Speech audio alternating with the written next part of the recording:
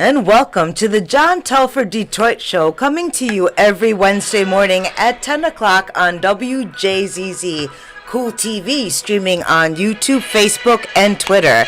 And I'm your co-host for today, Dr. Sunanda Samatar Corrado.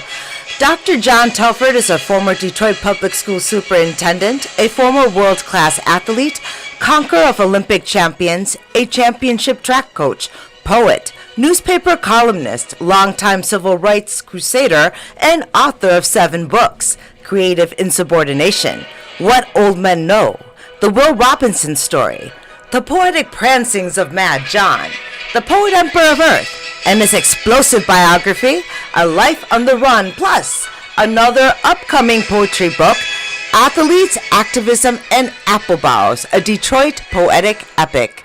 His books are available on Amazon.com or just by calling the good doctor at 313-460-8272. That's 313-460-8272. Dr. John Telford has been called a legend and also a lightning rod for controversy, a recipient of the City Council Spirit of Detroit Award and the Joe Louis Foundation Spirit of the Champ Award. He was named Wayne State University's Alumnus of the Year, and a Detroit track is named in his honor. His email address is drjohntelford@aol.com. That's drjohntelford@aol.com. Dr. Telford also has a show on WCHB AM 1340 that airs on Saturdays at 9:30 in the morning and Mondays at 6:30 in the morning. That's on WCHB AM 1340. Saturdays at 9:30 a.m. and Mondays at 6:30. And now, without further ado, I present to you that old native crusader, Detroiter, the one, the only, Dr. John Telford. Thank you, Dr. Sunanda Corrado. And welcome back. I'm glad you're co-hosting with me today. You know, I miss being here. It's like old times, man. Yeah. My name is Detroit. I'm a blue-collar town. Blue salt melts my mid-March snow. Speedy cars and sprinters spring from me. Distance runners, too.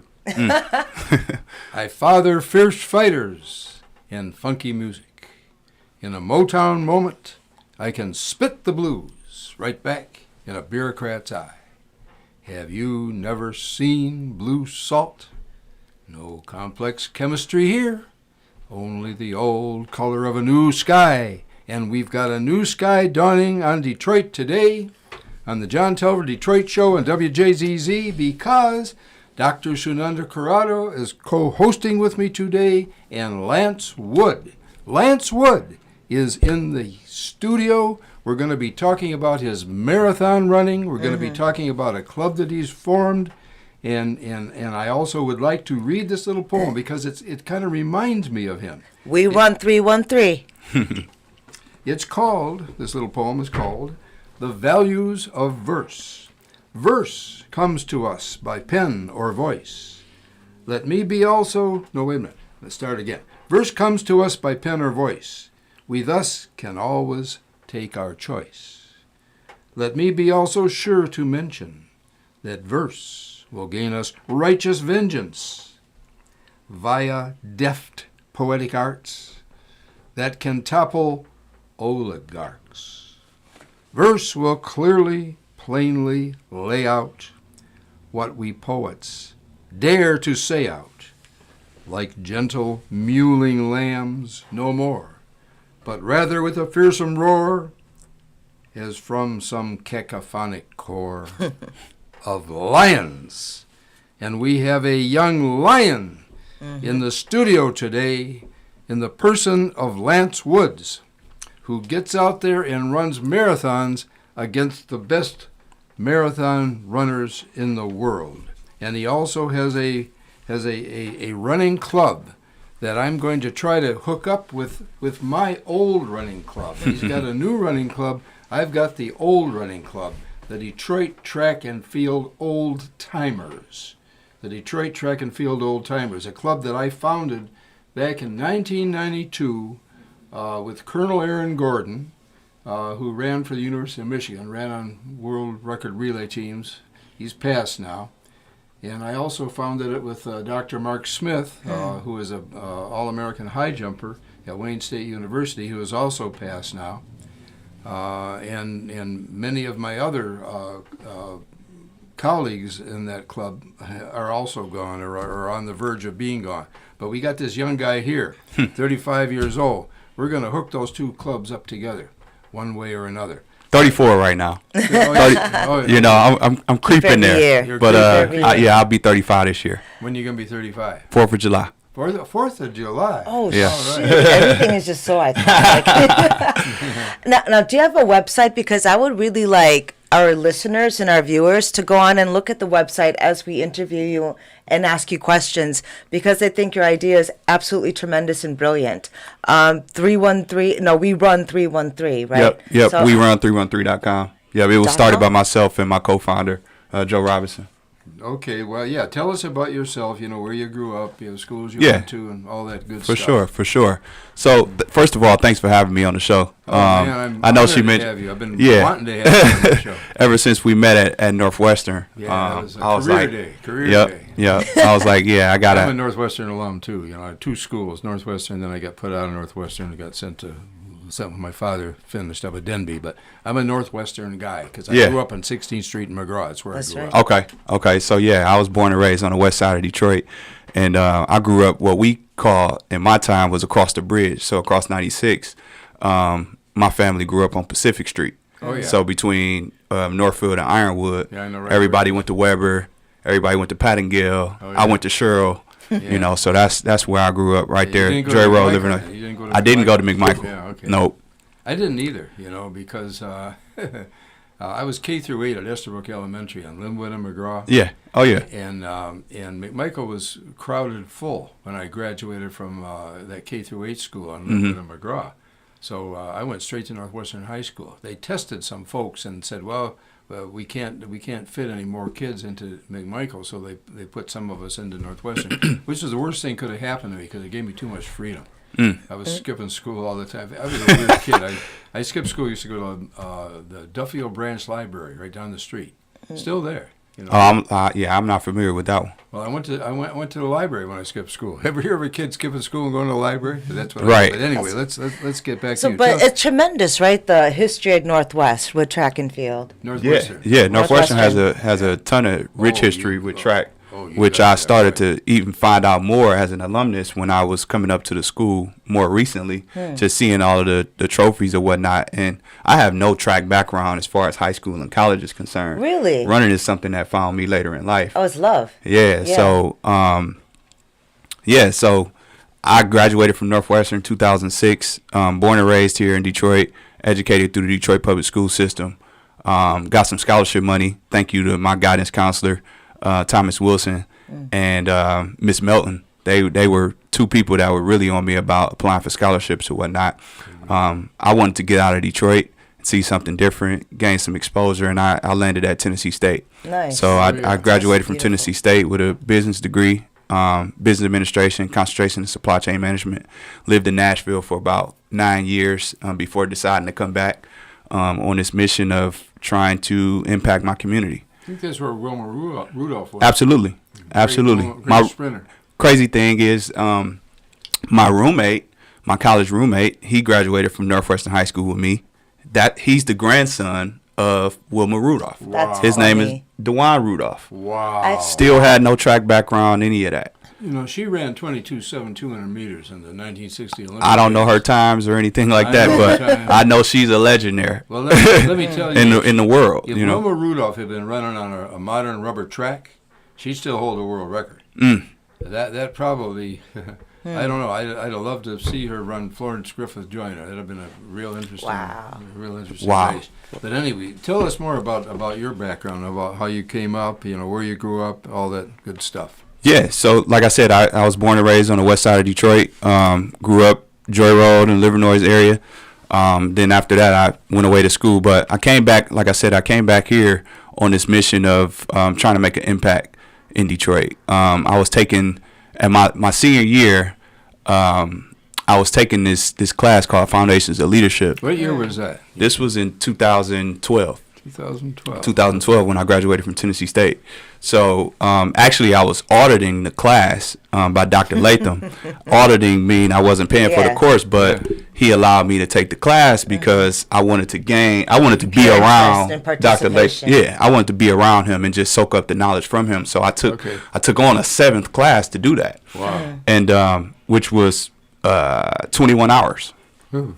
So make a long story short, in his class, that's where I discovered this idea of really doing something that's purposeful or something that's fulfilling for your life.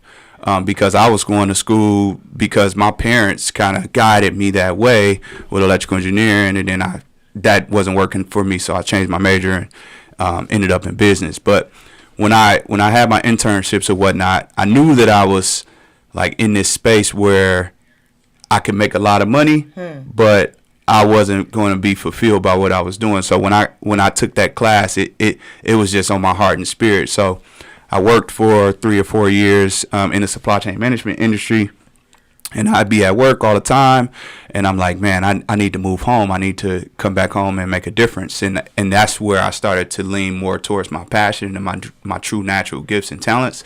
And that's when I landed in education, community development, building, community, and doing a lot of mentorship.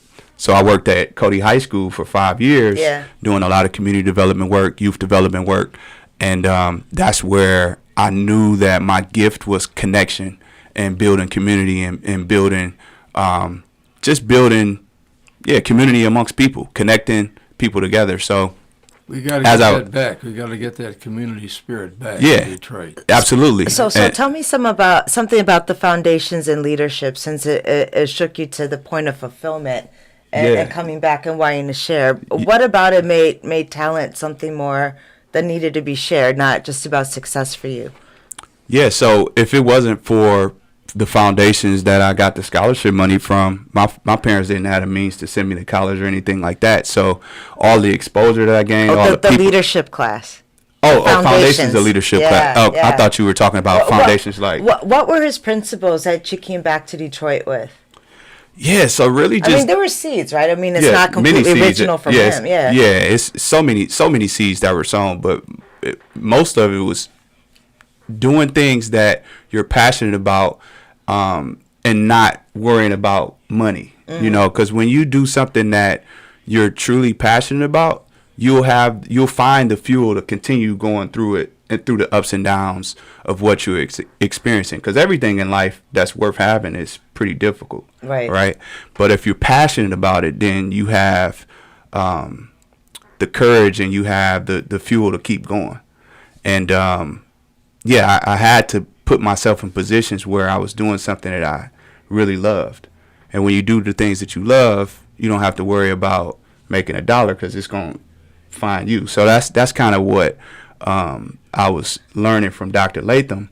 And I came back home and I started to realize that, I'm making this money and I'm doing this work, but I'm always finding myself looking at the clock, couldn't wait to get off work, right? Or living on the weekends, because I'm stressed about the things that I have to do at work, and I'm having the most fun I'm saying, like, in my past, I was doing supply chain management work. Okay, what are you doing now? I do We Run 313 full time. Oh, really? Yeah, I've been doing We Run 313 full time a little over a year. Oh, that's great. A little over a year now. WeRun313.com. Yeah. Did you compete in sports in high school? I didn't, so it's crazy. I did. I played JV basketball in 9th and 10th grade, and then after that, I stopped playing sports. Who was the coach? Who was the coach then? At Coach LeGrier and Coach Hall. Coach Hall was the coach once we graduated, but when I was there, Coach LeGrier. Yeah. Yep, and the Northwestern High School's got a great basketball tradition. Yeah. Oh yeah. That was the only team that ever beat that great Pershing team that my kids were playing on. My track kids were on the the Pershing team Pershing's that legendary. lost to Northwestern in the city championships and then beat them in the state meet. Okay. But they had an incredible little guard named Curtis Jones. I mean, he was something else. So yeah, Carlos Rogers was there as well at the time. So 2006, the year I graduated, he came back for like 2 years to do some assistant coaching with Coach LeGrier. Okay. Well, in those days, it was Freddie Snowden, who was coaching, who was my classmate at Northwestern and also Wayne State. And he was a superb coach. He ended up coaching in college too. He's also passed now, but Northwestern's got a great tradition in basketball, baseball, football, just about any sport you want to name. And the sports traditions have been the backbone of our political traditions and our leadership and our history in Detroit. I mean, the sports tradition is interwoven with everything that Detroit has been through and has come through, and it's just so interesting that you went through this richness and then you kind of came back to it, even as you came back to Detroit. And we're watching the John Telford Detroit show coming to you live, streaming on Facebook, YouTube, Twitch, Twitter, and other top social media platforms. Please like, follow, share, comment, subscribe, and thank you for watching WJZZ Cool TV, the coolest station in the world. And we're having conversations with Mr. Lance Woods. Lance Woods, one of the CEOs and founders of We Run 313. Please look into werun313.com while we're having these conversations. And I defer back to you, Dr. Telford. And Lance is a fellow alum of Detroit Northwestern High School. Absolutely. Because I matriculated there in 1950. Wow. That's when I went there. Long before my time. Long before my time. But 11 years later at Northwestern High School, there was a runner named Henry Carr. 11 years later, 11 years after 1950, that would be 1961. Henry Carr tied the world record for the 220-yard dash at Northwestern High School when he was a student there in 1961. And the time was 20 seconds flat. And he did it on an old dirt track with spikes that long.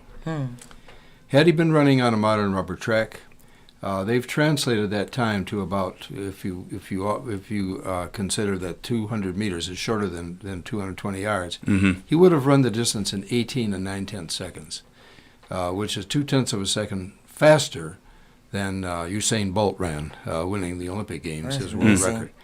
So Henry Carr probably was the fastest human being who ever put on track shoes, and that was Detroit Northwestern High School's Henry Carr. I tried to take him with me to the Olympic trials, 1960. I was making a comeback. I was 24. They wouldn't let me take him because they said it was beyond a 50-mile radius, and he'd been ineligible his senior year. That was his junior year. He'd already taken 1/10 of a second off Jesse Owens' national high school record at the age of 17. But we're not talking about sprinters right now. Tell us about your encounter with running. What set you free through running? Yeah, so like I said, I had no track background, didn't try to run track. When I played basketball, we had to do cross country, and that's where I hated it.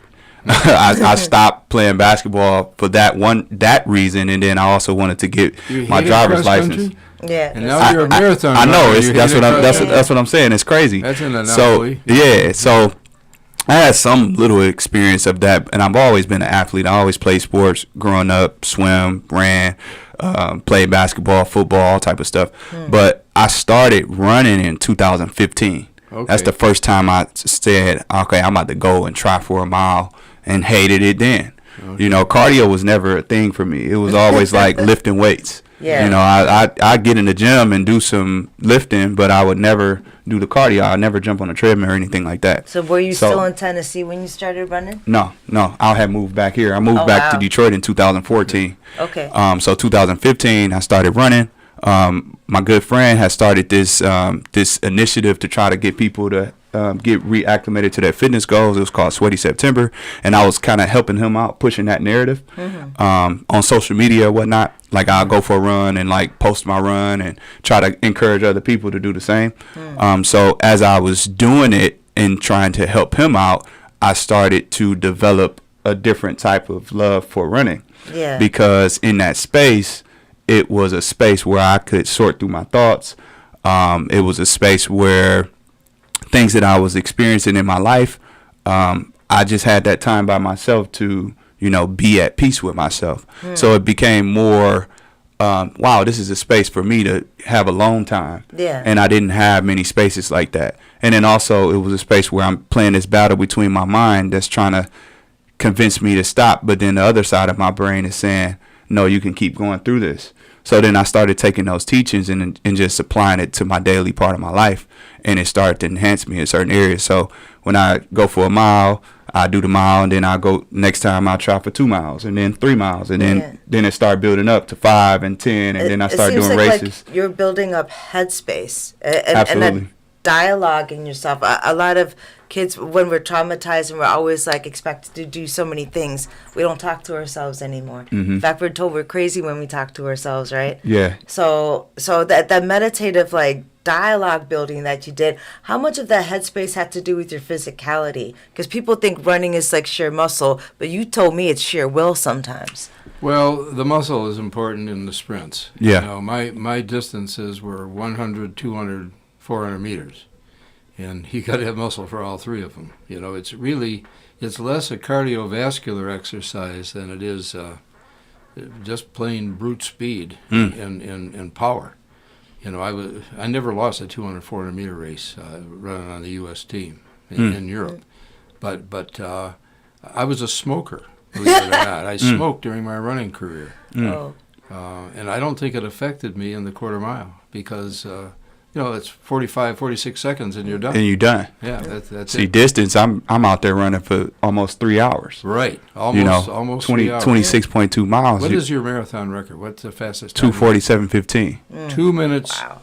2 hours. I'm usually saying 2 minutes. We ain't going there. That'd be super world record. Yeah. 2 hours, 47 minutes, 15 seconds. 15 seconds. I just recently did that at Chicago Marathon, October 9th. Now that's amazing. You break 3 hours in the marathon, 26 miles, 385 yards. You break 3 hours in the marathon, you are moving. Yeah. So this guy is already an elite marathon runner. Yeah. But he's young enough, and he's going to get faster. Yeah. You're going to get faster. And distance runners mature later than sprinters do. They have said, as a matter of fact, the ideal age physically for a sprinter is 17 years, 8 months. And I can't remember where I read that, but it's been a long time ago. That's depressing. Yeah, well, in a way it is, I ran my fastest times when I was 20 years old. Yeah, I look at it. Yeah, I don't know about that. I was running, under 46 when I was 20. In fact, it was in the Olympic trials that I pulled my muscle in 1956. I was 20 years old. But anyway, running for under 3 hours for the marathon is just very, very impressive. And I don't know that there are too many runners who ever came out of Detroit who ever accomplished that.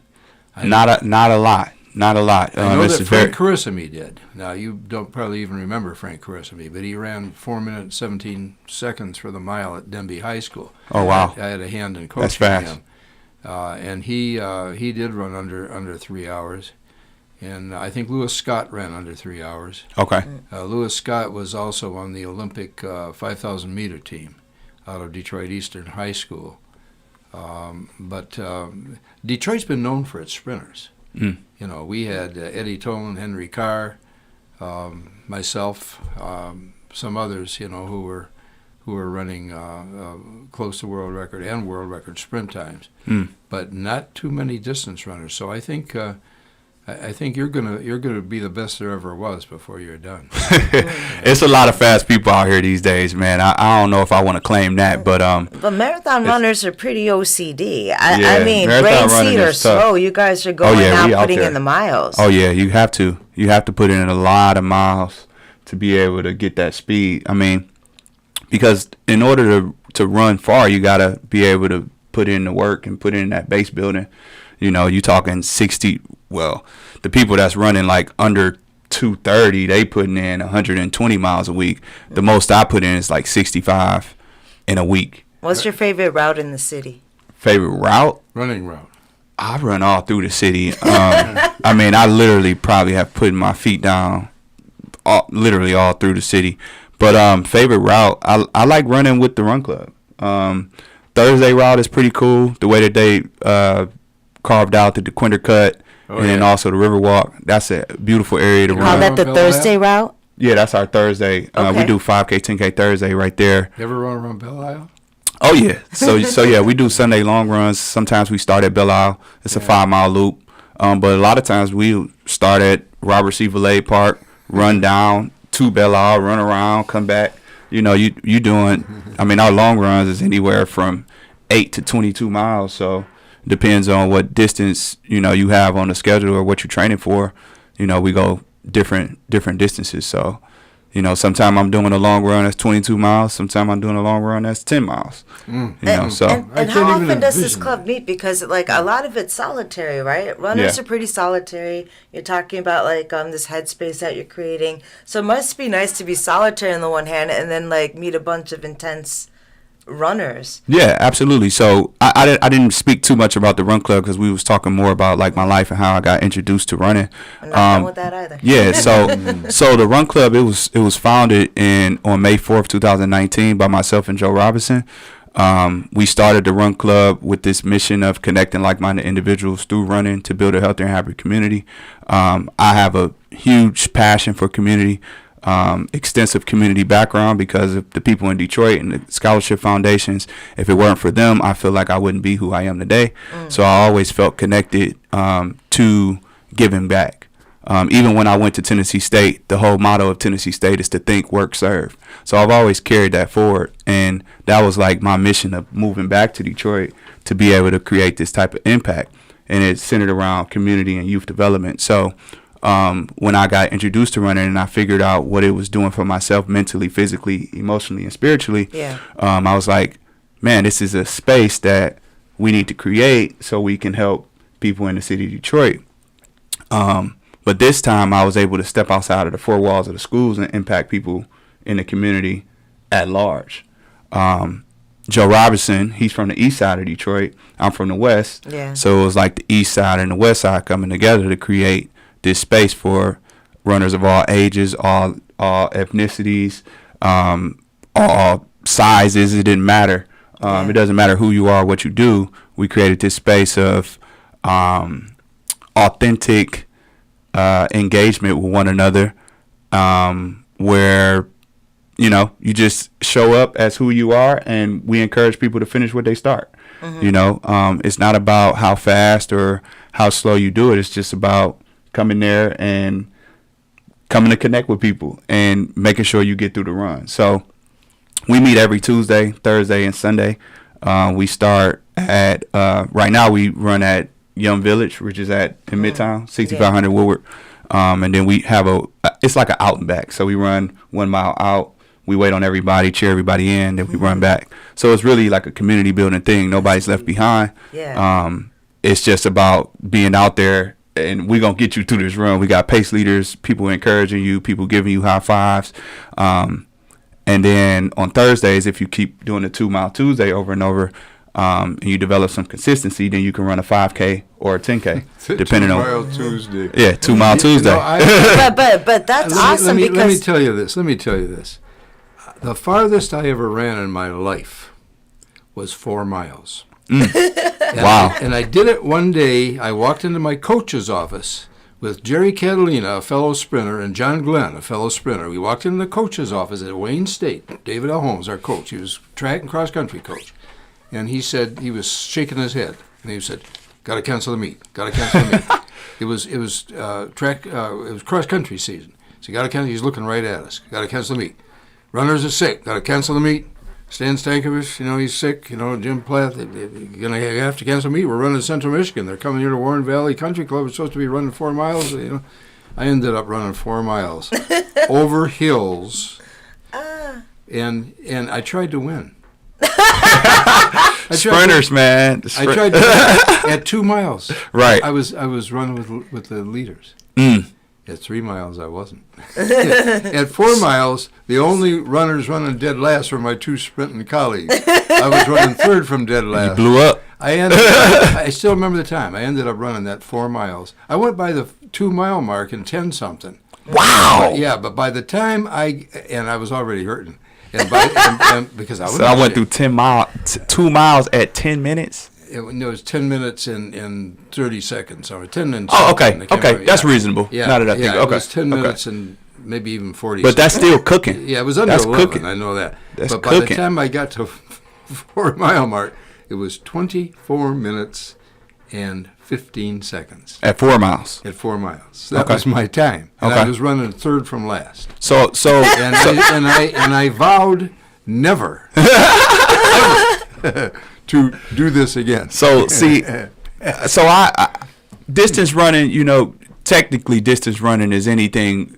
Well, most cross country teams, they run in the 5K, they run in the 8K. Yeah. So we, with our run club, we training people to be able to run any distance, right? So we start at 2 miles. Okay. Any distance, including 100 meters? 2 Mile Tuesdays. Well, not showing any up for distances. that in the margarita. Any distance, any long from distance. Half mile on up. So really 5K. 5K on. 5K. Well, really, I mean, because you can run the mile too, but we don't work on the speed work of it. I mean, there's track coaches and whatnot that exist within the run club because all of these different runners have been attracted to the space, but we don't necessarily do the speed work within the run club. We do all distance running. It's not a competitive space like that. It's all about community building. The whole mission is to connect like-minded individuals through running to build a healthier, happy community. Community building. Yeah, I want to get right back to that, but I also want to remind our audience that you're watching the John Telford Detroit Show,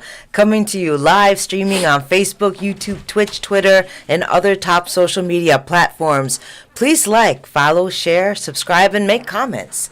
And thank you for watching WJZZ Cool TV, the coolest station in the world. And we're thank you, Sunanda Corrado, for that station identification and WJZZ and talking about our station. And I've got to say this, Miss Virginia Starkey, fondly known simply as V, the proprietress of V's Boutique, offers a wide range of fine clothing and accessories for ladies. It's true. You can find all sizes of women's fine apparel in V's and the white parties. Oh my gosh, she's got an incredible selection for white parties too, and for all black. Oh my gosh, and her jewelry is all real stone. It's beautiful. It's beautiful. And wonderful she's supposed buying. to be getting me a black scarf, but she hasn't got it yet. Yeah, I'm looking for it. I'm looking for that black scarf. It's not women's apparel. I just want a black scarf because it's ordinarily cold out there. Cold. But V's one-stop excellent customer service at V's Boutique is a place where you can't find this kind of clothes anywhere else in Detroit anymore. V's is at 16423 East Warren Avenue. 16423 East Warren Avenue, right around the corner from the Alger Theater and from one of the last libraries that's still open in the city. And you can contact V if you want to make an appointment. You can call her at 313-460-313. I'm giving you my phone number. 8272, and then he'll call V. Yeah, she just said my phone number. 313-248-662-6622. Almost forgot it. 313-248-662-6622. V's Fine Apparel. So not apparel. No, it's 248. 248. Yeah, 622. Her phone number is 248-662-6622. My phone number is 248. 313-460-8272. And it's werun313.com. Yes. Yeah. I was saying my phone number. My phone number is 313-460-8272. If you want to buy one of these books, A Life on the Run, Seeking and Safeguarding Social Justice, The Lifelong Poetic Prancings of Mad John, these are my books, because that's how I stay on the air. So if you want to call me at 313-460-8272, I will send you an autographed copy of a book, which I just autographed, by the way, for Lance. I just autographed a copy for Lance. Oh, man, I appreciate that. And you'll get a kick out of that book. Just don't show that to any little kids because it's a little bit PG rated. But anyway, I kind of wanted to circle back to the conversation that the two of you were having. Okay. You were comparing sprinters to marathon runners, and I see Detroit having both aspects in his personality, right? So how much of community building has to do with building the marathon runner? How much it has to do with... So I kind of want to see like where this community development was going with this idea of building the person, building the body, building the individual, building the city. Yeah. So, Two so Mile when Tuesdays. so when I say community building, I mean like we bringing the vibes. Like when you come to the space, it's yes, we come in there to run, but afterwards, you know, we socializing and hanging together and getting to know the people that you run with. So, there's so many people from different walks of life, right, that come to this space to come run. Yeah. But a lot of times you don't know who these people are if you're not having conversations or if we're not hanging out, getting something to eat or having a drink together after we run. You know, so a lot of times we creating those social spaces that we coming together and we able to build together. And a lot of the tourism has been like through apps, which make people even more funneled into their realities, even though they're crossing space all the time. Yeah. So this is just so tangible. It's so sweaty. It's so earthy. Yeah. You know, and then just to be running next to what's it like running as a pack? Oh, What does it's that nothing. feel like? It's nothing like running when you got. I mean, and to give you guys an example, we run 3-on-3 brings out about 100, in between 100 and 300 people every Tuesday. Wow. Yeah, so That's it's amazing. a lot of us running together, right? Wow. A lot of us, and it is no feeling like that to be running together with people. It's a predominantly black run club because it's founded by 2 black men, but the run club is for runners of all ages, all ethnicities. So you got all of these people together that's running down. We primarily run down Woodward, so you get a lot of visibility. Yeah. You get literally the community is honking their horns, they cheering us on. Police officers sometimes stop and escort us or whatever. You know, people are always seeing us and encouraging us. And from seeing all of these people running, that's where a lot of people be wondering, like, what's this? You know, oh, when y'all meet, I'm gonna come run next time. And they're inviting they friends, they coworkers, whoever. And then when next thing you know, you meeting a doctor, a lawyer, a dentist, a firefighter, a police officer, and the networking that's happening is building community. Yeah. You know, because one thing I've noticed about running is that nobody cares about who you are or what you do.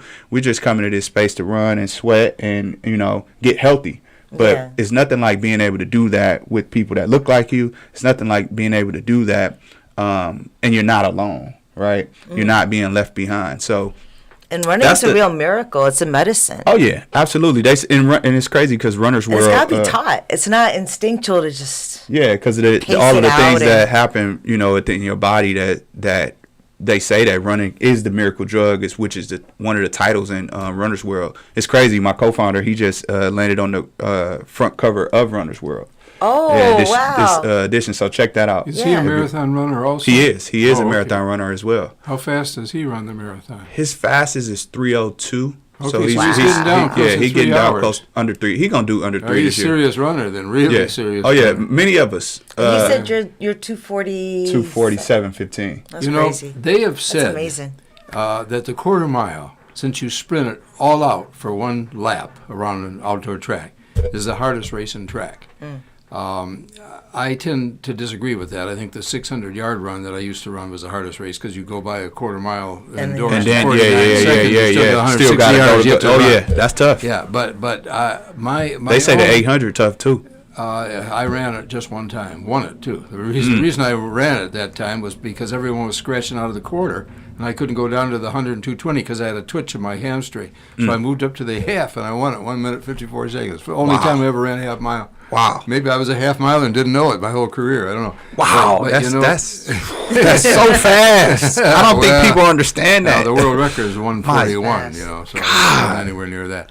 But you know that I submit, if all of you are listening out there, I submit this opinion. The most difficult race in competitive running is the marathon.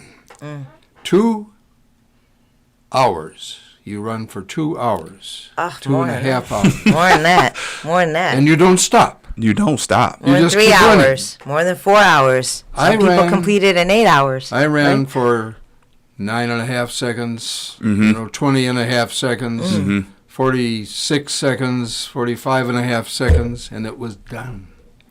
I didn't keep doing it for 2 hours. But see, In so 3 there's hours and 4 hours. yeah. So, but see, there's a difference though, because I'm starting to do more speed work now, and the speed work because I want to get faster and I want to Well, also at the finish of the race, you gotta move fast to pass people.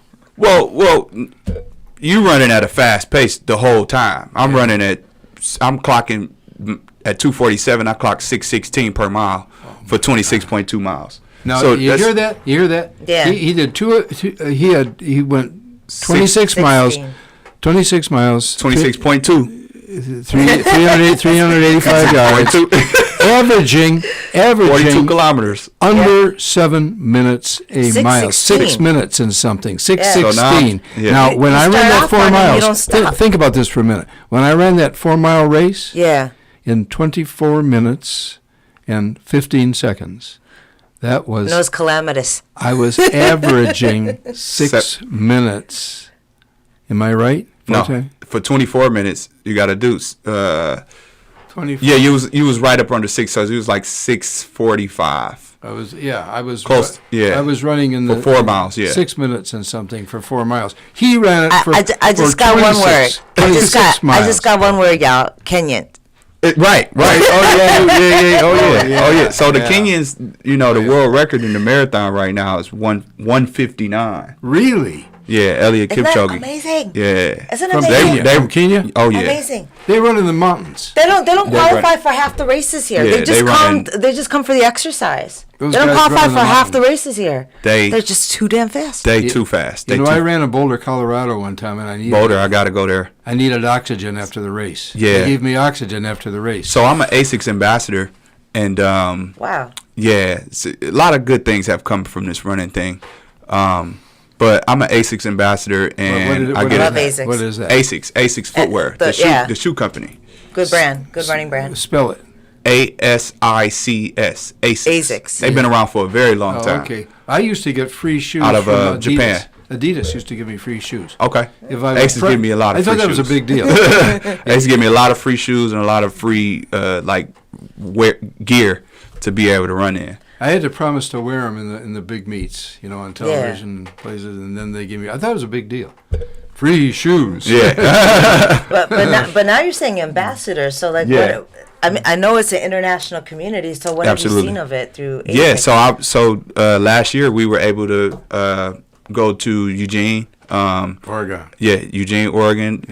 Hayward Field. We was able to watch World Athletics. Yeah. So we watched the 100 meter, 200 meter. We watched a lot of the track events that went on, and then participated in a 5K out there. So I ran my fastest 5K time out there, 17:03, which was difficult. And I was in 50th place with a 17:03. Wow. It was people that was running like a 14 and a 15 minute in a 5K. So that's what I'm saying. Like I ain't nowhere. World record for 5K is under 13 minutes now, I think. World record? I think so. Yeah, I think so. Yeah, it's like 12 something. Yeah, right. I think so. Yeah, under 13. I can't even believe it. I'm not sure who holds it, but I want to. Yeah, I don't want to say the wrong thing, but I think it's Joshua Cheptegei or something like that. He's Kenyan. Another Kenyan. Kenyan, Yeah. for sure. Yeah. One of the greatest runners was the Ethiopian. That was a Bibi Bikila. He won the 1960 marathon in Rome. It's some fast people out here. Oh yeah. But the thing about it, like running distance, it is about being fast. But I never got into running But it's with this idea of historical. being fast. It wove empires together. Yeah. Oh, absolutely. You know what I mean? Yeah. The reason why I wanted to get fast is to show people what's possible, because I don't have a track background. But I know that when I commit my mind to something and I say that I can do something, it's already done. All I have to do is put the work in to make it happen. And that's what running is for me. It's like, it's this challenge that I get to have every time I step out there with myself to show myself what's possible. And then once I show myself what's possible, then I can show others the same thing. It's just about committing to it. And, yeah. And you're watching John Telford Detroit Show, coming to you live, streaming on Facebook, YouTube, Twitch, Twitter, and other top social media platforms. Please feel free to like, follow, share, comment, and subscribe to us in the various other programming that we offer here at WJZZ Cool TV, the coolest station in the world. And we're here talking with Mr. Lance Woods, and we're talking about We Run 313. Please look it up, werun313.com. And we were just talking about the development we're talking of the about the mind. marathon is what we're talking Yeah. about. This Yeah. guy's The an elite marathon runner. Lance, do you know who the first marathon runner was? The first? The first. I don't know who the very first is. I'll tell you who he was. His name was Phidippides. I can't spell it. I can't think offhand. I can't spell it. But he It's ran. not a PH. He ran from Athens to Marathon to announce a victory, a Greek victory, and fell dead. Shoot. Oh, wow. He fell dead. He ran 26 miles and 385 yards and said, "We have won." And he fell dead. Wow. Phidippides. That must have been a moment. And There's people. Now, I've seen people fall dead in the marathon. Really? Literally. Dead? yeah. Dead. Loving what they do. Fall. No, I'm talking about because people think that, marathoning is becoming such a popular thing now. Oh, I see. Yeah. Right? So Weekend warrior stuff. people will go out there and run these marathons, and they think it's just like, this big accomplishment, which it is. Mm-hmm. But you have to do the training. It's a lifestyle. You have to train your body. You can't just think you about to just go out there. That's a huge People risk. do it like trying to fit into a wedding dress just for that one Yeah, day. sometimes people, they go out there because it's so many people that's doing it, and it's such a popular thing. You see it on social media. It's such a huge feat, and it is a huge confidence booster. And you feel like once you accomplish a marathon, you feel like you can do anything in the world. It's a very small percentage of people in the world that ever will accomplish a marathon. Now, that's interesting because on the one hand, a marathon is so hard that it's almost ego-driven, right? It is ego, yeah. But on the other hand, how have you learned to trust your body? Well, you have to. That's what I'm saying. become humble, you have to do the work. You have to put in the work to run a marathon. I mean, it's not recommended if you're not running. You don't want to just jump out there and do a marathon. You can really hurt yourself. Oh, no. You can really hurt yourself, for real. Right. You really And like I could. said, I have seen people pass out. I've seen people be carried off the course in the ambulance. It's a lot of things that can happen And it if has you to don't be have taught, the proper right? education. It has to be learned. Yeah. It has to be mentored, and that's what you're doing. Yeah, Teaching the art of running. We're getting people right. I mean, if anything, jumping out there doing a half is easier, which is 13.1. Which is probably the most popular distance now, which they call a half marathon, or what is it? 21 kilometers. Yeah. Which is So I can't even envision that. Running 13 miles, a race of 13 miles. Oh, no. so back to what I was saying. I said I run all distances as far as distance running is concerned. So the 5K, the 10K, 10 mile, the half marathon, and the marathon. So last year I had PRs, personal records, in all of those distances. Nice. So I'm training. So back to my point about the differences between distance and track. I go up to Northwestern Track to do a lot of my speed work. So I do a lot of my intervals, fartleks, and different things. It's a there. Henry Carr track. Yeah, I know. You told me. Yeah. So I go up. The track at Finney, by the way, is the John Telford track. The track at Mumford is the Pete Petros track. Okay. And the I go to track- Mumford all the time too. And the track at King is the Lorenzo Wright track. So There are what? four of us with tracks named after us. So yours at Finney. Mine's at East English Village. East English at Village. Finney. Yeah. Yeah, They've just changed formerly the name known as back Finney. to Finney, but they've called it. Oh, they East- changed it back. When they change it back? I didn't know they pushing changed them it. and pushing them. They finally did it. They're calling Wow. it Finney's an East English outstanding Village name. at Finney. Okay. They don't Oh, call it Finney that's High School anymore. cute. Okay. It's East English Village at Finney. Similar to how they was doing Northwestern. Thank But you, you know, John. the- Thank you for bringing Thanks. Finney's name back. Oh, my Yeah. God. Well, the Finney family were abolitionists. Yeah. Thank you so Wow. much. Row It's been a escaped history of slaves erasure across the here. river to freedom in Canada. Wow. And to take that name off that school was a real crime. That's a crime. It's back on there. Wow. I'm That's also beautiful. trying to How get the about names- Crockett? How about Crockett? Crockett there's still a Crockett school. Okay. Yeah. Yeah, Off and Mac. I want there to be a But Will it Robinson was school. now Crockett that is we're talking Frederick. about it. It turned to Ben Carson. Yeah, they took his name out. They took Ben They Carson's took name. Ben Carson. Okay. So it's back to Crockett? Yeah. Okay. Ben Carson made a big mistake going with Trump. I mean, that was a very bad move on his part. He should have stuck to brain surgery. He's a great brain surgeon. Yeah, he was. Not too good at That's housing. yeah. I learned a lot about Ben Yeah, Carson from yeah. brain surgery. But Talk about some of the world's major marathons you raced in, and about what it took you to get there. yeah, absolutely. So there's 6 world major marathons currently. So you got Boston. So the U.S. side, you got Boston Marathon, Chicago Marathon, and New York City Marathon. And then What about Free Press? that's not a world major. I've run marathons, but it's not a world Oh, it's major. not? Okay. So the 6 world majors is But Boston. that is the only Yeah, I've ran- Detroit Marathon? Because Yeah, I I've don't know ran- anything about this stuff. Yeah, So I'll speak about it. Okay. So world majors as concerned is Boston, Chicago, New York, New York. and then on the international side, you got London, Tokyo, and Berlin. Those are the 6 world majors.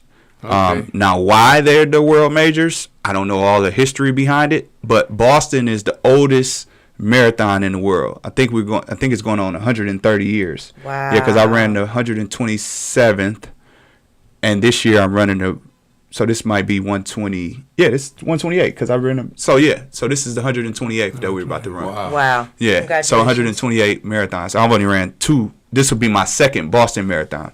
So in order to get into Boston, you have to run a sub 3-hour marathon. You have to qualify to get in or raise charity money, which the minimum is like $10,000 to raise to be able to run. So for me, I set a goal to run sub 3.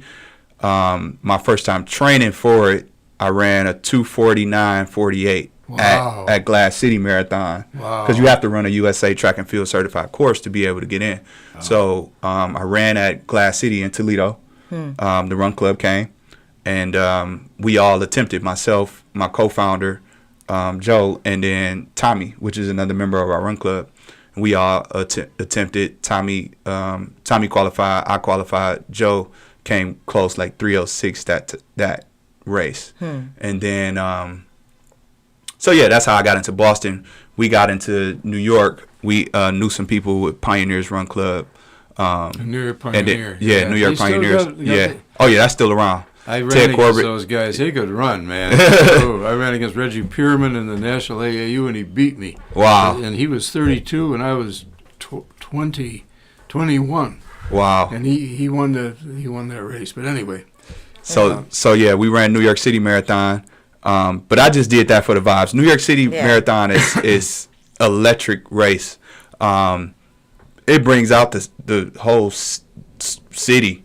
You know, all of the boroughs in New York, everybody's there. It's nonstop people on the sidelines. You're talking about at least 2 to 3 million people outside, as far as spectators are concerned. And in the race, it's about 50,000 people running. Wow. And then Chicago was incredible. Similar vibes, not as big as New York, but very similar. So yeah, but I've ran a lot of marathons. Detroit Marathon is if not, I think the only marathon in the world where you can run in two countries in one race. Wow, Right, because Canada. you'd be able to across run. the bridge. Yeah, you run That's over. awesome. You start in Detroit, you run over to Windsor. Yeah. You circle around, you go across the bridge, you come back through the tunnel, and then run. That's a very peculiar Yeah, experience. It's a beautiful. Yeah, It's a beautiful race. And What- it's- what do you I wanted think to it ask would you take to something. get We're it? almost running out of time. Yeah. I wanted to ask Lance, beside the club, tell us about some of the community work you do, and some of the changes you want to make regarding that. Yeah. So community work. Now I'm doing. We run 313 full time, but like I said, I worked at Cody High School for 5 years doing Okay. youth development work. I worked at a company called the Future Project, which is a nonprofit organization, working inside the schools, building mindsets and skill sets. Inside in the young schools? people. Yep, at Cody High School. I worked there for 5 years, but I had the opportunity to travel around to different schools. So I spent time at East English Village, CMA, Northwestern High School, Frederick Douglass. I met Frederick Oh, Douglass. wow. Yeah, I spent time. I got to have you come and talk to my kids at Frederick. Yeah, Oh, anytime. please, I love absolutely. I doing want that. Yeah. this guy to talk to my Dr. kids. White's a runner Yeah. too. Oh, yeah. Former runner. Yeah, he was a sprinter. Yeah. Oh, wow. Yeah. Dr. White. Yeah, He's a principal there, but I want you to come and talk to my kids and speak motivationally to them because that's they what I really do. need it. They're moving to Northern next Oh, year. wow. Yeah. So even at Northern. So when it was what was it? Detroit. DIA. Yeah, DIA. Pink Panthers. Yep, the Pink Panthers, the women. So I spent time in there as well because we had the program had dream directors we were in 11 schools throughout the district. Dream directors. What is that? Which is not the program was called the Future Project, but our job titles were dream directors. Okay. And basically what we did was built these teams of young people in the schools who were like the change makers, the people that we spent a lot of our time with, developing teams and creating rituals and routines and a lot of one-on-one coaching, a lot of project building. So they would build projects to enhance the culture of their school as a collective. Oh, school culture is so important. Yeah. They would come up with these brilliant ideas, and I'd help them take that idea, put it into a project format. We pitch it to the principal and assistant principal to get the approval. And then once we do that, then they'll be able to make the project happen. That's and beautiful. Then now they're inviting the entire school to this idea that they wanted to create change in the school. And a lot of times it did, So I did that for 5 years. It was an amazing experience. I got to connect with the young people and, felt like I was giving back. And then once the program, we lost funding, then I started doing my own entrepreneurial efforts. Yeah. But I also did community development work at Life Remodel. What was the program called? The Future Project. The Future Project, and I lost check funding. it out. So they were headquartered in New York City. All right. Okay. It's crazy. When I ran New York City Marathon, I'm still connected to the founder of the organization, and she came out support. She had a We Run 313 hoodie on, stayed on the sideline. Because Male Black Leadership is situated in New York too, and they started something here, and it didn't last, even though it was Yeah. That happens sometimes, but it was still a great program, and it got my foot in the door. Yeah. With community development, something that I'm truly passionate about, and that's why I do the work that I do now with the Run Club. In this community work, what are some of the changes that you still want to make that you haven't made? That's a good question. I still want to go back to schools and speak. Okay. Nice. I mean, I have done that change, but I still want to get inside schools and work with young people. I'm going to have you over at Frederick Douglass. Yeah, I can definitely come over there this month is and over, do sessions. I'm going to have you over there. I'm working on some things right now that's going to make me even more credible with some of the things that I've been able to accomplish thus far. But I don't want to put everything out there, but I've spoken at graduations, I've done all of those things, but I still want to figure out ways to just do more work in schools. And with the Run Club, we have something so special, and we're trying to figure out how can we, work more with the schools, even with running, and introducing more students into that area of their lives, because there's so many benefits that kids can gain from, getting out there and going for a run and sorting through their thoughts. Mental health is a big issue in our communities right now. You got that right. And mental health is an issue because we don't learn to discipline ourselves through our own abilities. Yeah, it's so it will become mental health if you don't have any sense of self-achievement, right? Yeah, but you got to understand about the systemic design of what's happening in our communities and what kids are dealing with on a daily basis in their homes, and that's a whole nother topic. But if we can provide shoes for kids, which we given over 100, we gave over 400 pairs. We collaborated with Gazelle Sports and Playmakers. Gazelle Sports is out of Birmingham, but Playmakers is in Lansing. But we were able to give over 400 pairs to the community this year. We got to wrap it up, I just want to butt in and say, just like poets in residence, I think runners in residence would be a good way of bringing running culture to schools. We got to wrap it up, you guys. Okay. Lance, is there anything that you want to share with my listeners, contact points, anything like that? Yeah, absolutely. So We Run 313, like I said, is a social run club. We connect like-minded individuals through running to build a healthy and happy community. You can find us on Facebook, social media, Instagram, Twitter, at We Run 313, or you could check out the website, werun313.com. I'm also on social media. You can find me. My name is Lance Woods, 2_L Woods, or find me on Facebook at Lance Woods. That's pretty much about the Run Club. Thank you, Lance, for coming on the John Telford Detroit Show today.